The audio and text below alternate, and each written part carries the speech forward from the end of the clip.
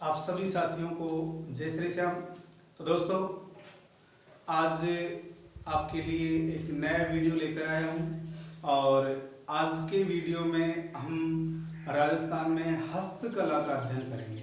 राजस्थान में हस्तकला का अध्ययन किया जाएगा, जिसमें ब्लू पोट्री, थेवा कला, मीनाकारी और इसी प्रकार उस्ता कला, इनसे संबंधित जो भी गतिविधियां हैं। तो आज नया वीडियो स्टार्ट करेंगे और आज का हमारा चैप्टर होगा राजस्थान में हस्तकला।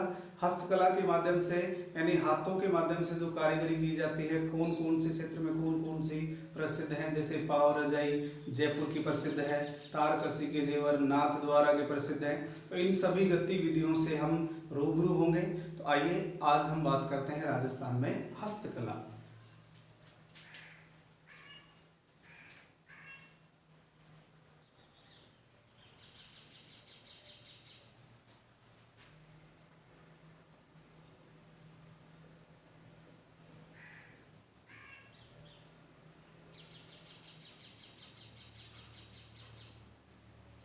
दोस्तों, राजस्थान में हस्तकला का अध्ययन करने से पूर्व हमें ध्यान रखना है कि मुख्य रूप से राजस्थान के प्रत्येक जिलों से जुड़ी हुई घटनाएं हैं।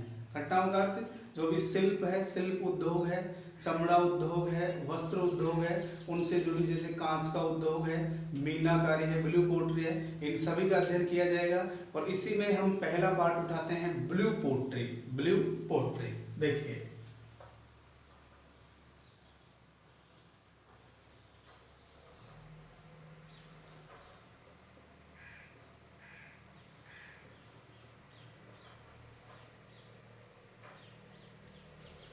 दोस्तों ब्लू पोट्री का संबंध जयपुर से है। सामान्य बातें हैं, देखिए इसमें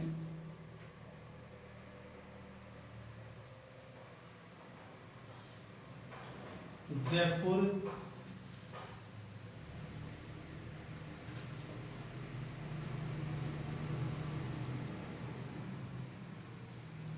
इस कार्य के लिए प्रसिद्ध है।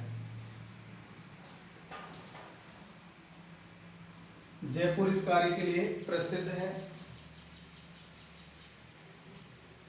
ब्लू पोट्री है क्या? ब्लू पोट्री क्या है?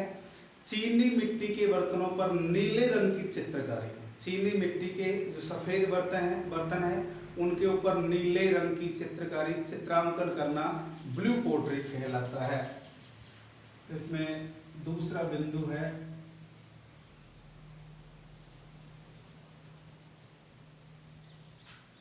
चीनी मिट्टी के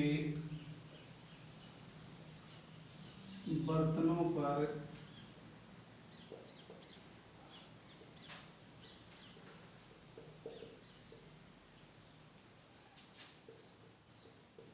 नीले रंग का चित्रांकन करना ब्लू पोट्री कहलाता है। और इस कार्य के लिए जयपुर जिला प्रसिद्ध है।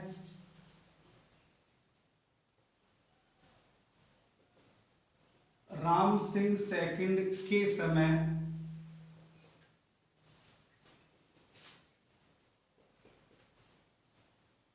ब्लू पोट्री का सर्वाधिक विकास हुआ।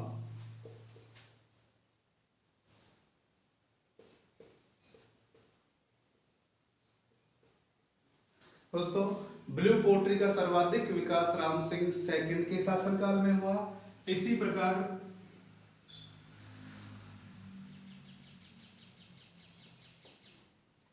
चूड़ामन व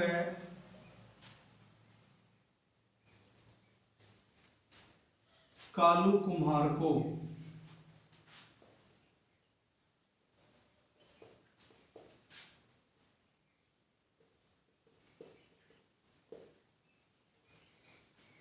ब्लू पोट्री का प्रशिक्षण लेने के लिए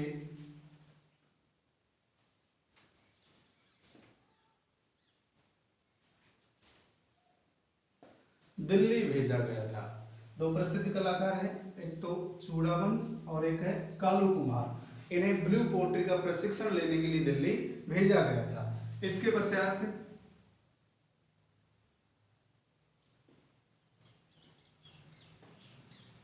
कृपाल सिंह शेखावत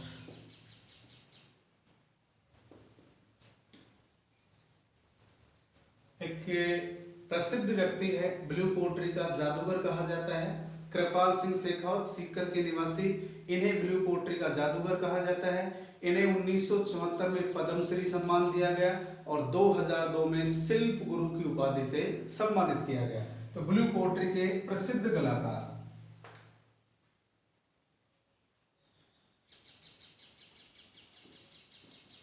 सीकर निवासी,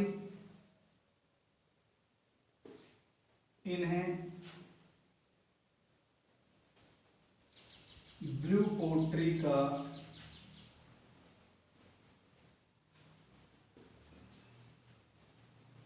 जादूगर कहा जाता है। दोस्तों, इन्हें ब्लू पोट्री का जादूगर कहा जाता है।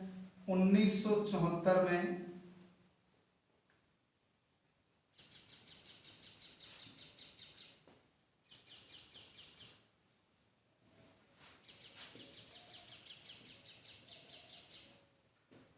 पद्मश्री सम्मान दिया गया और 2002 में शिल्प गुरु की उपाधि दी गई।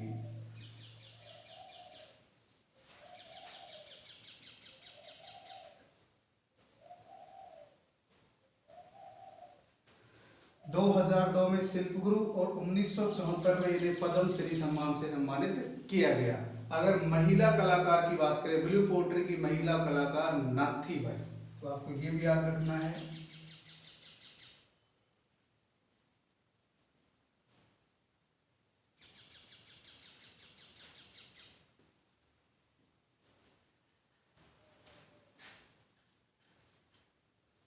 ब्लू पोट्री की महिला कलाकार किसे माना जाता है? नाथी बाई को।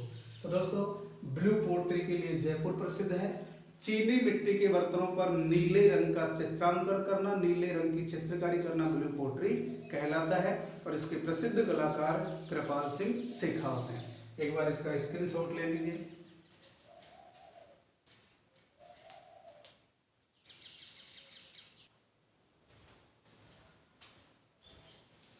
दोस्तों, इसके बाद हम बात करते हैं थेवा कला। थेवा कला देखिए,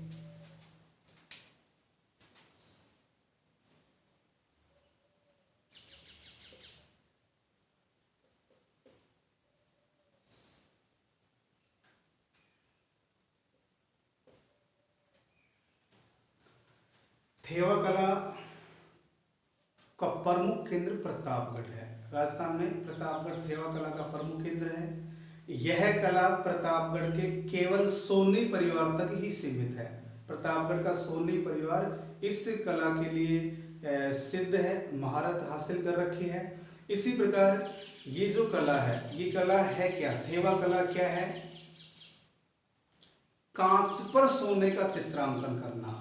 कांच पर सोने का चित्रांकन करना, यानी हरे रंग की कांच का प्रयोग किया जाता है। हरे रंग का कांच का प्रयोग किया जाता है। बेल्जियम, रंगीन बेल्जियम कांच का प्रयोग होता है इसमें। और यह कला आज से लगभग 500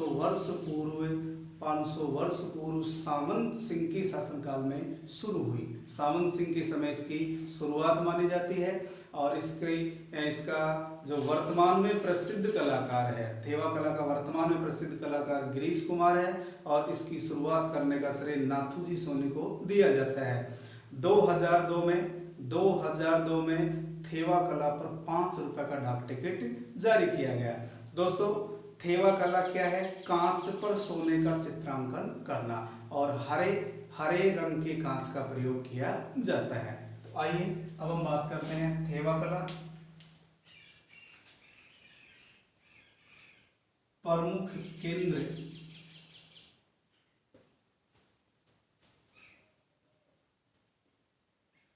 प्रतापगढ़।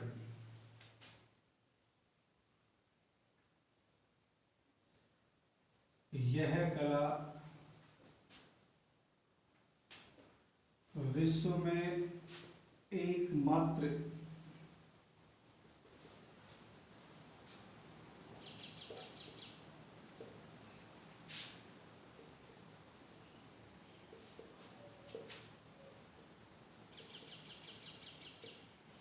प्रतापगढ़ के सोनी परिवार तक सीमित है। इसी प्रकार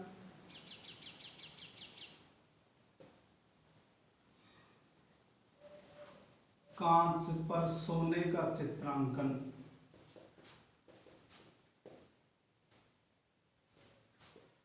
करना थेवा कला कहलाती है। कांच पर सोने का चित्रांकन करना थेवा कला कहलाती है। हरे रंग के कांच का प्रयोग किया जाता है।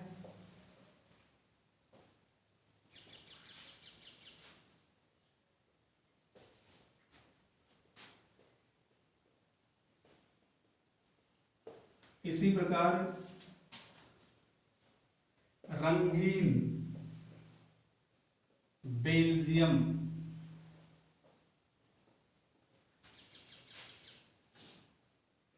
के कांच का मुख्यतः प्रयोग करते हैं।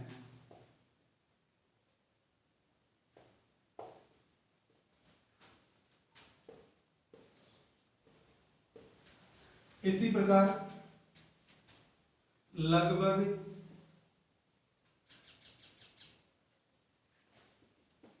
500 वर्षों पूर्व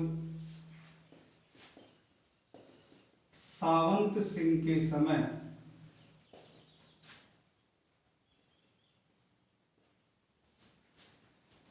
इस कला की शुरुआत हुई। लगभग 500 वर्षों पूर्व सावंत सिंह के समय इस कला की शुरुआत हुई और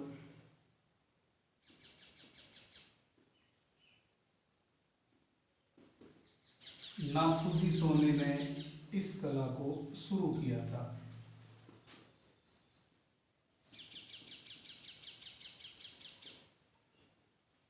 इसका प्रसिद्ध प्रारंभिक कलाकार कौन था? नाथूजी सोने। और वर्तमान में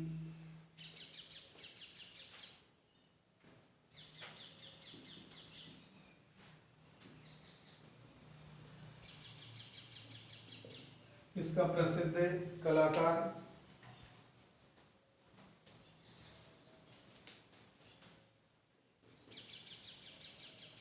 गिरीश कुमार। वर्तमान में इसका प्रसिद्ध कलाकार कौन है? गिरीश कुमार। और 2002 में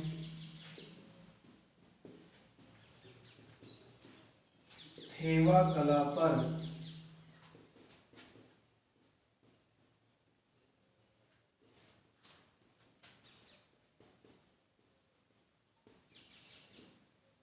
₹5 का डाक टिकट जारी किया गया। दोस्तों, थेवा कला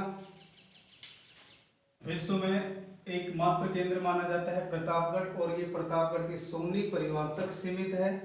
कांच पर सोने का चित्रांकन करना थेवा कला कहलाती है। कांच पर सोने का चित्रांकन करना थेवा कला कहलाती है और इसमें हरे रंग का कांच का प्रयोग किया जाता है। मुख्य रूप से रंगीन बेल्जियम के कांच का प्रयोग होता है। इसकी शुरुआत लगभग 500 वर्षों पूर्व सावंत सिंह के समय हुई। नाथूजी सोने ने इसको शुरू किया था। प्रमुख पहले कलाकार थे, पहले कारीगर थे और वर्तमान में इसकी प्रसिद्ध कलाकार गिरीश कुमार। 2002 में थेवा कला पर ₹5 का डाक टिकट जारी किया गया। तो एक बार इसका स्क्रीनशॉट ले लीजिए।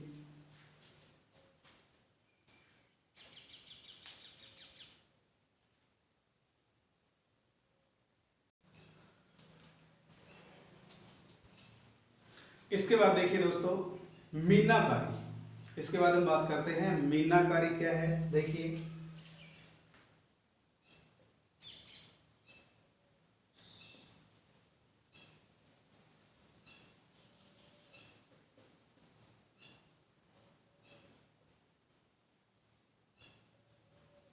एक तो मीनाकारी का प्रमुख केंद्र जयपुर है। प्रमुख केंद्र जयपुर, अन्य केंद्र कोटा, बीकानेर, नाथद्वारा, प्रतापगढ़। तो प्रसिद्ध केंद्र है जयपुर। मीनाकारी है क्या, ये देखिए दोस्तों। सोने के आभूषणों पर रंग चढ़ाना, सोने के आभूषणों पर रंग चढ़ाना मीनाकारी कहलाता है और इसमें मुख्यतः लाल रंग का प्रयोग किया जाता है। मुख्यतः लाल रंग का प्रयोग किया जाता है और मीनाकारी को मान सिंह प्रथम लाहौर से लेकर आए थे। मीनाकारी को मान सिंह प्रथम जयपुर के शासक लाहौर से लेकर आए थे और इसके प्रसिद्ध कलाकार कुदरत सिंह, कैलाश चंद्र और काशीराम। कुदरत सिंह, कैलाश चंद्र और काशीराम। कुदरत सिंह को 1988 में पद्मश्री से सम्मानित किया गया। कुदरत सिंह को 1988 में पद्मश्री से सम्मानित किया गया। तो दोस्तों आइए अब हम बात करते हैं मीनाकारी।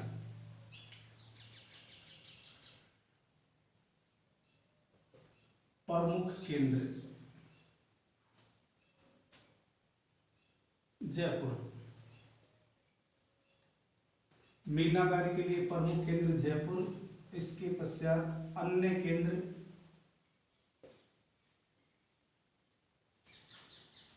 कोटा, बीकानेर, प्रतापगढ़ और नाथद्वारा। लेकिन प्रसिद्ध केंद्र की बात करें तो जयपुर होगा। इसके पश्चात मीनाकारी है क्या?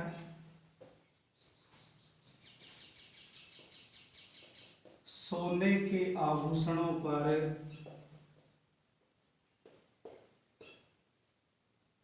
रंग चढ़ाना। सोने के आभूषणों में रंग चढ़ाना मीनाकारी कहलाता है। और मुख्यतः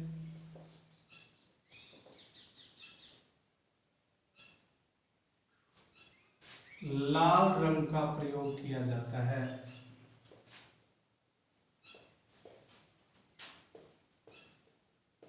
दोस्तों मीनाकारी में मुख्यतः लाल रंग का प्रयोग किया जाता है। मीनाकारी राजस्थान में कौन लेके आए? मान सिंह प्रथम।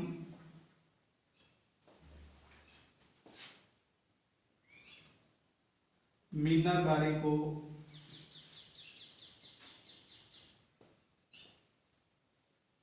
लाहौर से लेकर आए थे। दोस्तों मीनाकारी मान सिंह प्रथम कहां से लेके आए थे? लाहौर से। इसके पश्चात इसके प्रसिद्ध कलाकार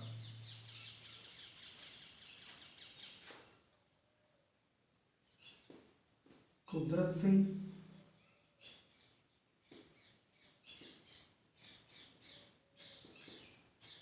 काशीराम और कैलाश चंद्र। दोस्तों इस कुदरत सिंह को 1988 में पद्मश्री से सम्मानित किया गया।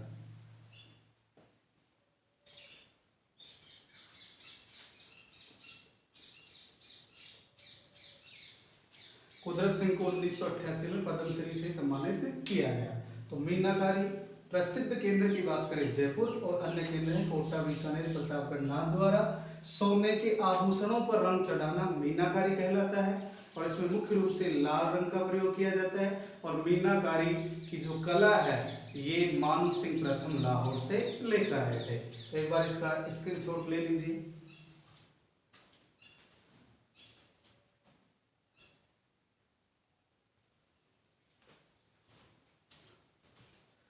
इसके बाद देखिए दोस्तों इसी में एक अन्य बिंदु है टेराकोटा। देखिए टेराकोटा क्या है? टेराकोटा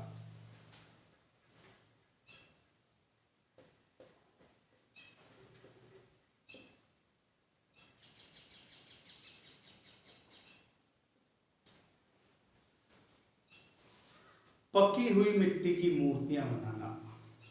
पकी हुई मिट्टी की मूर्तियां बनाना टेराकोटा कला कहलाती है।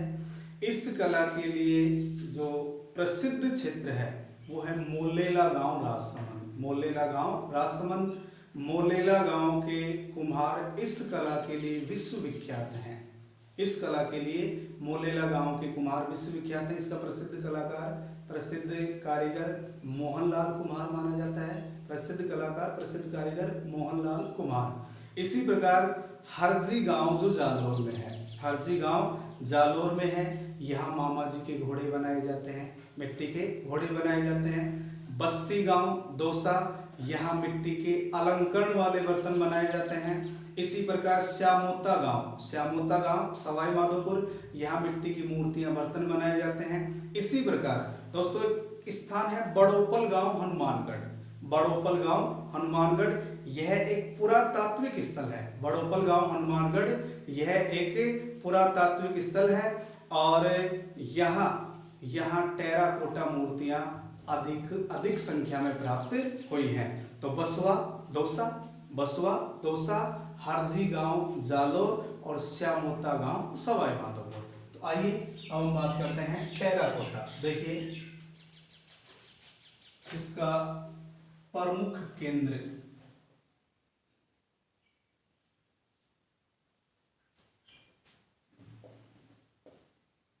मोलेला राजसमंद, प्रमुख केंद्र मोलेला राजसमंद। पकी हुई मिट्टी की मूर्तियां बनाना टेराकोटा कहलाता है।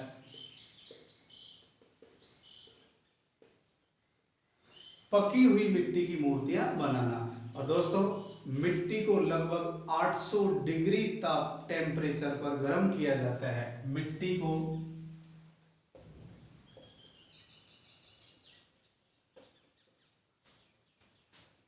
लगभग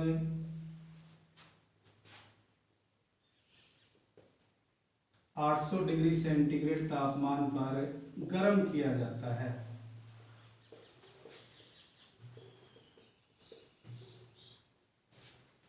इसी प्रकार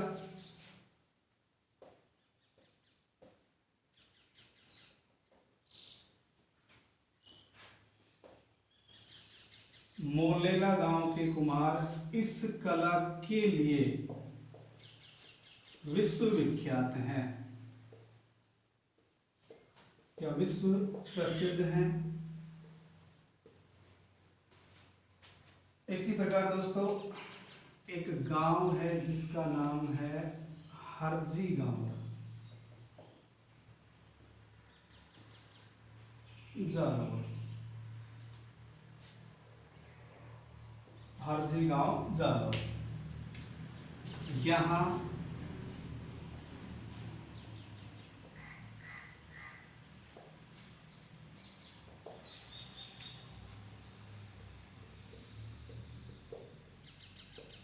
मामा जी के घोड़े बनाए जाते हैं।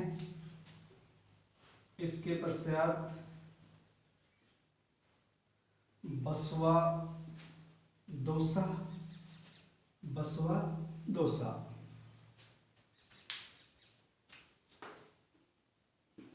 यहाँ अलंकरण वाले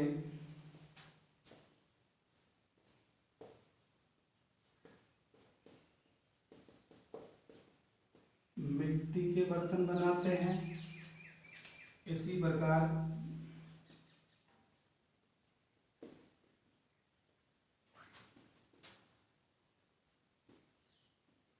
श्यामोता गांव है सवाई माधोपुर में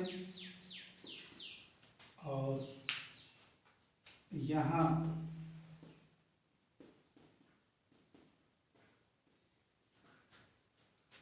मिट्टी के बर्तन व खिलौने बनाते हैं या खिलौने बनाए जाते हैं। दोस्तों आपको नाम याद रखना है, हरजी गांव जालोर, बसवा गांव दौसा, श्यामोता गांव सवाई माधोपुर। एक स्थान है बड़ोपल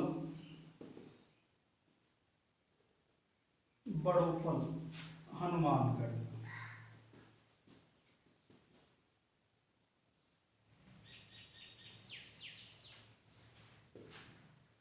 यह एक पुरातात्विक स्थल है। पुरातात्विक स्थल है जैसे कालीबंगा, हड़प्पा, मोहनजोदड़ो पुरातात्विक स्थल है, ऐसे यह एक पुरातात्विक स्थल है। यहाँ से टेराकोटा मूर्तियां प्राप्त हुई हैं। यहाँ से टेराकोटा मूर्तियां प्राप्त हुई हैं। और इसका प्रसिद्ध कारीगर मोहनलाल कुम्हार। इसका प्रसिद्ध कारीगर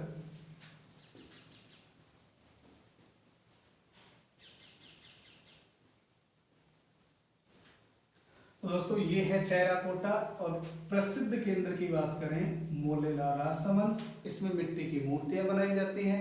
मिट्टी को लगभग 800 डिग्री सेंटीग्रेड टेम्परेचर पर गर्म किया जाता है। और मोलेला के कुम्हार इस कला के लिए प्रसिद्ध है। ये अलग अलग केंद्र है, हाजीगांव, बसवा, श्यामोता, बड़ोपल। और इसका प्रसिद्ध कलाकार कौन है? मोहनलाल कुम्हार। एक बार इसका स्क्रीनशॉट ले लीजिए।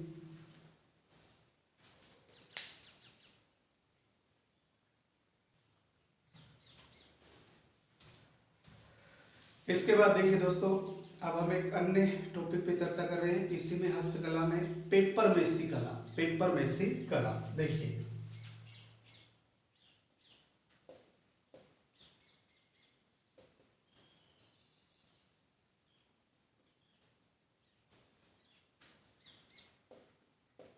पेपर मेसी कला, इसका अन्य नाम है कुट्टी मिट्टी कला। अन्य नाम है कुट्टी मिट्टी कला। ये जयपुर की प्रसिद्ध है। पेपर मेसी कला जयपुर की प्रसिद्ध है। ये है क्या, ये कला क्या है? ये देखिए, कागज, चाक, मिट्टी, गोंद, फेविकोल मिलाकर लुगदी बनाई जाती है और उससे पशु और पक्षियों की मुख्यतः मूर्तियां बनाई जाती हैं। पशु पक्षी बनाए जाते हैं, मूर्तियां नहीं कह सकते, पशु पक्षी बनाए जाते हैं। और इसका सर्वाधिक विकास राम सिंह सेकंड के समय हुआ। इसी प्रकार पेपर मेसी का बना हुआ घोड़ा सिटी पैलेस संग्रहालय में रखा हुआ है। तो पेपर मेसी प्रमुख केंद्र की बात करें जयपुर, इसे कुट्टी मिट्टी कला भी कहा जाता है। कागज, गोंद, चाक, मिट्टी, फेविकोल आदि मिलाकर लुगदी बनाई जाती है और उससे पशु और पक्षी तैयार किए जाते हैं, पशु और पक्षी बनाए जाते हैं। तो देखिए पेपर मेसी कला, इसे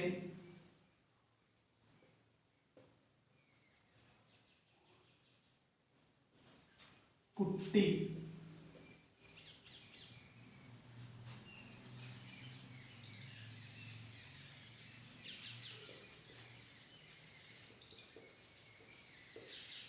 इसे कुट्टी मिट्टी कला भी कहा जाता है। और इसका प्रमुख केंद्र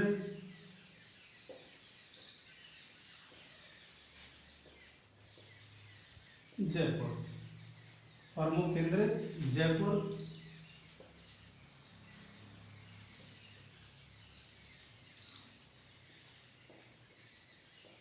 राम सिंह सेकंड के समय इसका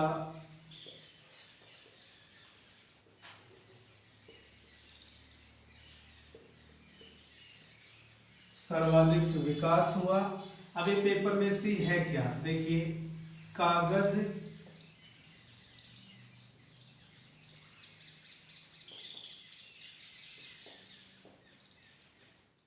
चौक, मिट्टी, गोंद और फेविकोल को मिलाकर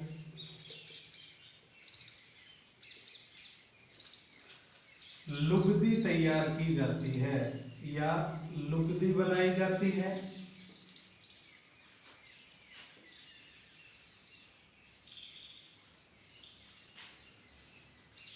इस लुगदी से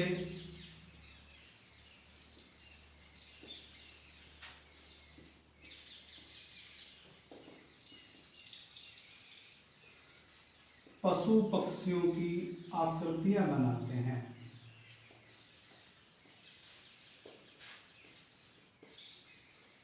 या आकृतियां बनाई जाती हैं। इसी प्रकार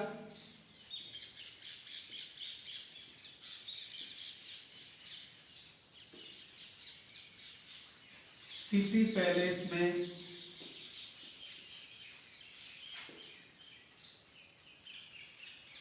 पेपर मेसी का बना हुआ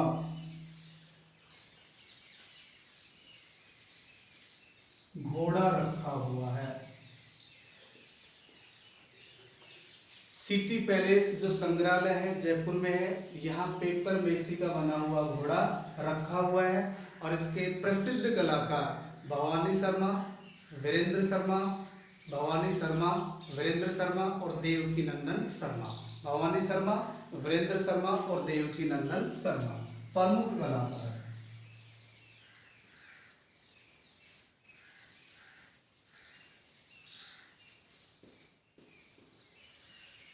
देखिए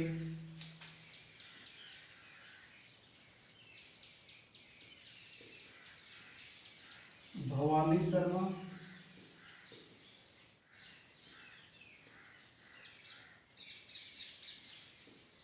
वीरेंद्र शर्मा और देवकी नंदन शर्मा।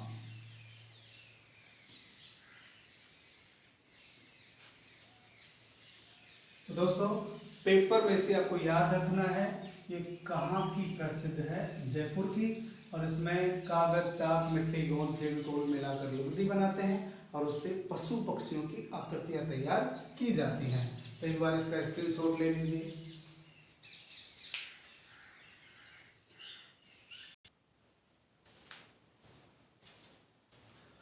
इसके बाद देखिए दोस्तों उस्ता कला, इसके बाद नया बिंदु है उस्ता कला। देखिए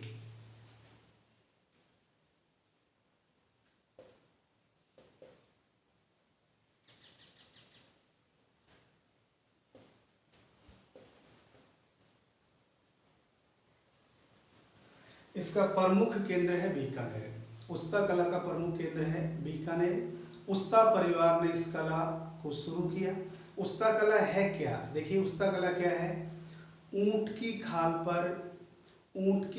पर किया गया सोने का चित्रांकन या सोने की चित्रकारी उस्ता कला कहलाती है। जबकि दोस्तों ऊंट की खाल पर बालों को काटकर की गई नक्काशी झटपट कला कहलाती है।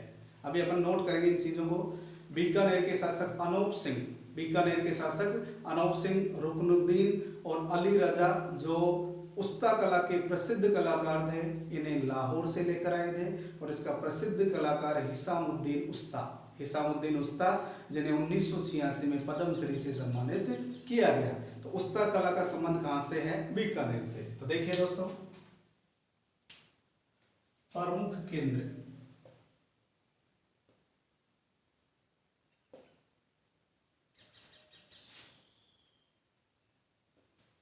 बीकानेर।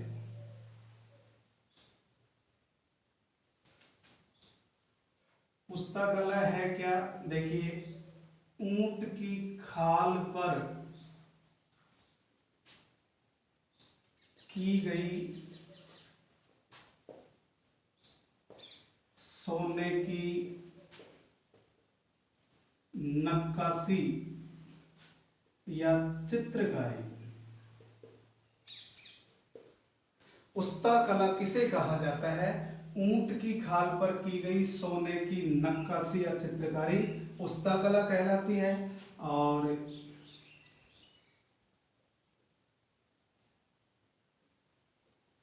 उस्ता परिवार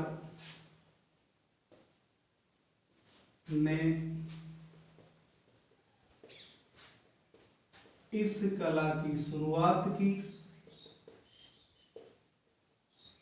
दोस्तों उस्ता कला की शुरुआत उस्ता परिवार के द्वारा की गई। बीकानेर के एक शासक हैं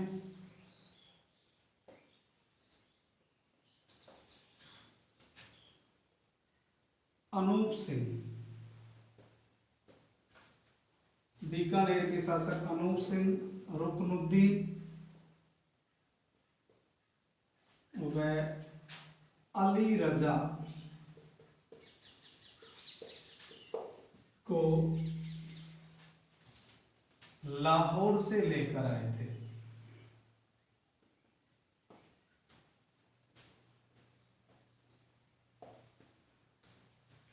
अनूप सिंह के समय इसके प्रसिद्ध कलाकार रुकनुद्दीन और अली रजा। बीकानेर का उस्ता परिवार इस कला के लिए प्रसिद्ध है। ऊंट की खाल पर की गई सोने की नक्काशी या चित्रकारी उस्ता कला कहलाती है। इसके पश्चात इसका प्रसिद्ध कलाकार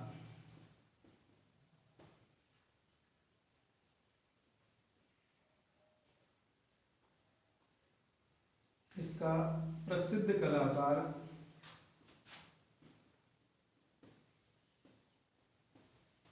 हिसामुद्दीन उस्ता, इसका प्रसिद्ध कलाकार हिसामुद्दीन उस्ता, इसे 1986 में पद्मश्री दिया गया। 1986 में पद्मश्री सम्मान दिया गया। इसके पश्चात देखिए दोस्तों, एक शब्द आता है इसी में, यानी मूड से संबंधित बात कर रहे हैं अपन, झटपट कला। ये उस्ता कला थी, ये इसी में है, इसी का बिंदु मान ले अपन।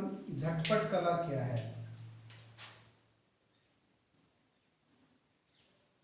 ऊंट की खाल पर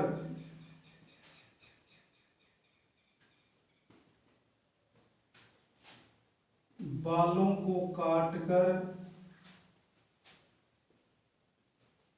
की गई नक्काशी या चित्रकारी।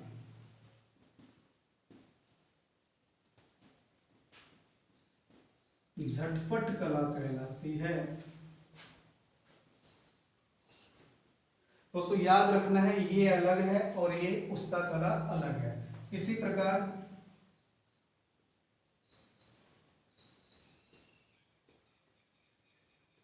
ईश्वर सिंह,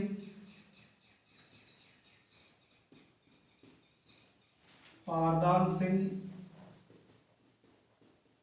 व डूंगर सिंह भाटी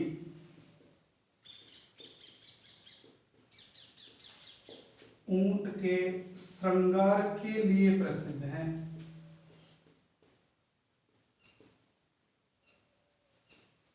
ऊंट का श्रृंगार करने के लिए प्रसिद्ध कौन कौन है? एक तो है ईश्वर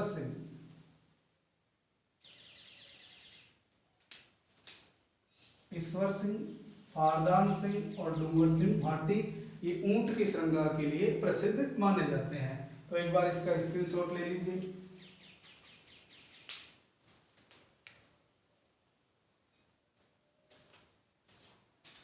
इसके बाद देखिए दोस्तों, ऊंट से संबंधित दो तीन आभूषण हैं। देखिए आभूषण या ऊंट से संबंधित दो तीन जो वस्तु विशेष से संबंधित कई बार एग्जाम में क्वेश्चन आ जाता है, इनके बारे में बात करते हैं। नोट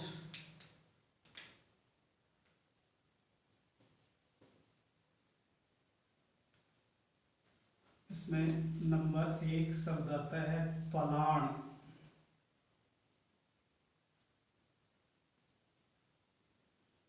एक है गिरबाण, एक है गोरबंद। देखिए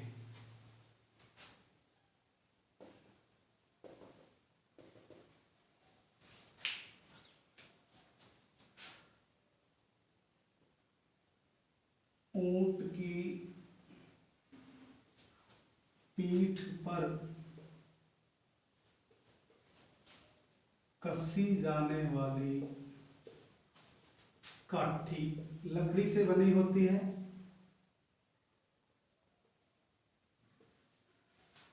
ऊंट की पीठ पर कसी जाने वाली लकड़ी की जो काठी होती है उसे पलाण कहा जाता है। गिरबाण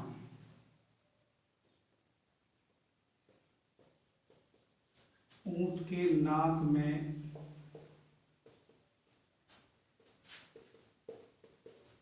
पहनाई जाने वाली लकड़ी की कीली। ऊंट के नाक में पहनाई जाने वाली लकड़ी की जो कीली होती है उसे गिरबाण कहा जाता है। और एक शब्द आता है गोरबंद, ये गले का आभूषण होता है।